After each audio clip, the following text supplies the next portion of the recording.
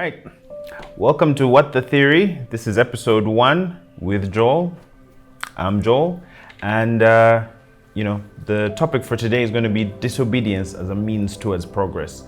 The idea for this channel is we're going to break down different theories, ideas, concepts, philosophies, and why the hell are we going to be doing that? My view is that we need to be disobedient. But that might sound a bit weird to you. So for today, I thought we should break down why I think disobedience is a means towards progress. And for the purpose of that, in my nice little chalet, my nice little empire here of knowledge, I'm going to break down a book that I've really enjoyed, which is from Erich Fromm. It's a discussion on disobedience as a psychological and moral problem. And yeah, let's join me on this journey. So I'm going to read something from this that will tickle your brain. For centuries, kings, priests, feudal lords, and industrial bosses and parents have insisted that obedience is a virtue and that disobedience is a vice. In order to introduce another point of view, let us set against this position the following statement. Human history began with an act of disobedience, and it is unlikely that it will be terminated. It is not unlikely that it will be terminated by an act of obedience. So my understanding of this is that if you look at myths, if you even take the story of Adam and Eve, right, from the Bible, you might look at them and think that they were human, but the idea is that they became human only after taking from the fruit of the tree of knowledge. And by understanding who they were, that development over time was them becoming more and more human. It had to start with disobedience. And if you believe that God is the one that created everything, that disobedience was baked in. And that brings the idea of the dialectic. Now, the dialectic is just a fancy word that philosophers use to talk about how change happens. So the breakdown of the dialectic is more to do with 3 things: thesis, antithesis, synthesis. Now, for the Hegel fans out there, I know that's a very incomplete way of putting together what the dialectic means. But for the purposes of illustration and bringing those abstract ideas down to earth, let me just use it as an example. So the idea is that you have a thesis, such as the idea of being, the idea of existing. And that is your thesis, that everything that exists has existed for eternity. Then you have antithesis. The antithesis is the opposite idea to that, which would be change, that change is constantly happening. Things are always evolving. Nothing is ever constant and the same. So you have those 2 ideas which are in opposition and they don't seem to merge. The idea of the dialectic is the confrontation of those 2 would lead to a synthesis, and the synthesis would be becoming. Things are constantly in a state of being something at any point in time, but also changing and becoming something new. So the dialectic of change of human history, as postulated by Fromm, is that disobedience is the way in which progress is brought into the world. Now, he'll contrast disobedience from, just rebelliousness. And often, as a social theorist, the idea was to look at the development of a human being in terms of the development of humanity at a larger scale. So we began, as hunter-gatherers. We were very chained to nature, chained to the earth. And for means of survival, we came up with different rules, with dogmas, with different ways in which we're supposed to survive. And the biggest thing, from the quote that I read about, kings, priests, everyone holding us to a certain set of obedience, is because those were tried and tested means of surviving in the world. They meant survival. They meant everyone gets to cooperate, everyone gets along.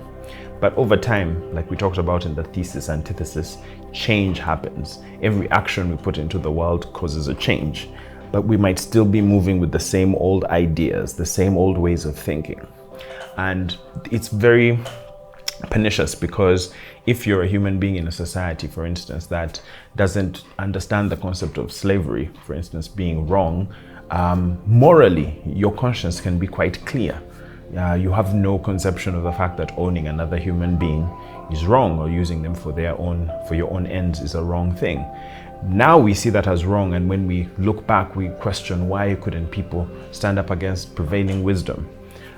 You could think of it as maybe the authorities above were forcing that to happen, but more than likely it's because there were there was common sense. It was taken as, this is just the way we operate. This is just the way life is.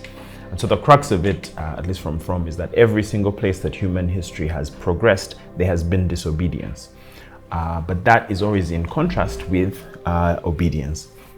One of the things I really like from this chapter is when he talks about the difference between priests and prophets, and how obedience is usually something that priests are the ones that instantiate. Priests are about maintaining the current order, about legacy, are about tradition, and those things are very important. But then you have prophets. I mean, you have someone like John the Baptist who is eating honey and locusts and, is decrying things and is shouting for change. And the one unique thing about the prophet, unlike the priest, is the prophet is part of the people. They feel the pain of what is happening in society. They feel the pain that is causing this angst to start to rebel against those authorities. And so for today, I wanted to contrast the differences in the obedience and disobedience, because it's very easy to just, create a polar opposite where disobedience is wrong and obedience is good. Obedience to a person, institution, or power, which is heteronomous obedience, is submission. It implies the abdication of my autonomy and the acceptance of a foreign will or judgment in place of my own. Obedience to my own reason or conviction, which is autonomous obedience, is not an act of submission, but one of affirmation. My conviction and my judgment, if authentically mine, are part of me. If I follow rather than the judgment of others, I am being myself.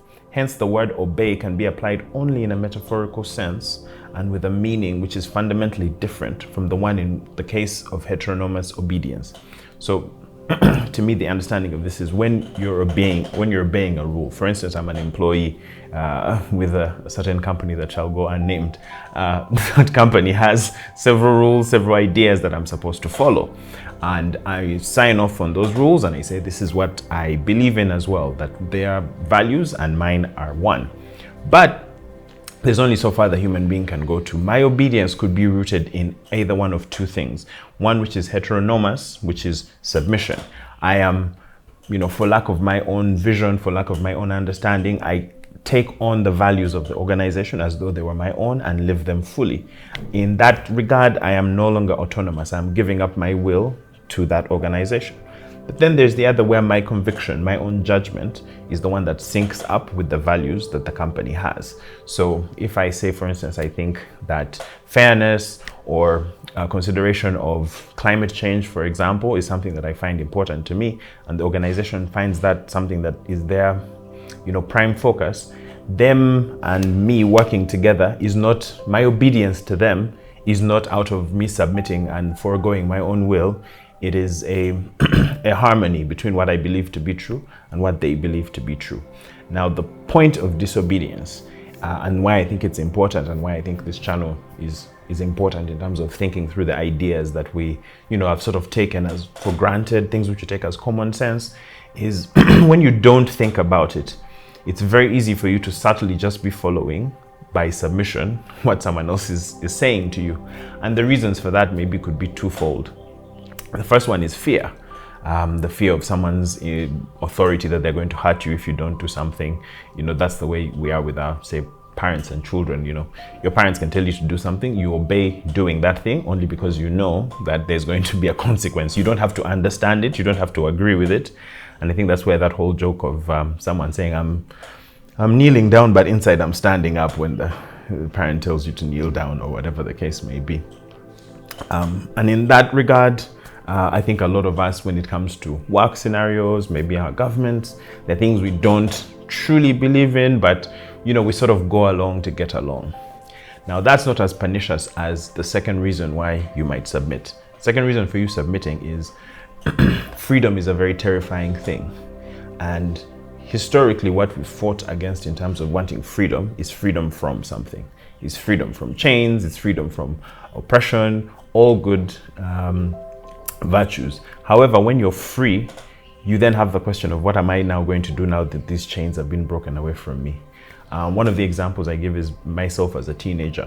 When I was a kid, my parents, they were not really strict authoritarians, but at some point, in order for me to have a sense of identity, I had to rebel against them. And so that's the rebellious teenage phase, where you're pushing up against parents, you're pushing up against authority figures, because that is giving you a sense of identity, that thesis, antithesis. You remain in that opposition phase, and all you're doing is rebelling. Now, the problem, I think, with teenage rebellion is it's almost all the same. You're just going against current fashion. In this day and age, for instance, I mean, if you're in a more traditional home, you going out and taking drugs and drinking and having sex and all of that might be your way of rebelling against your parents.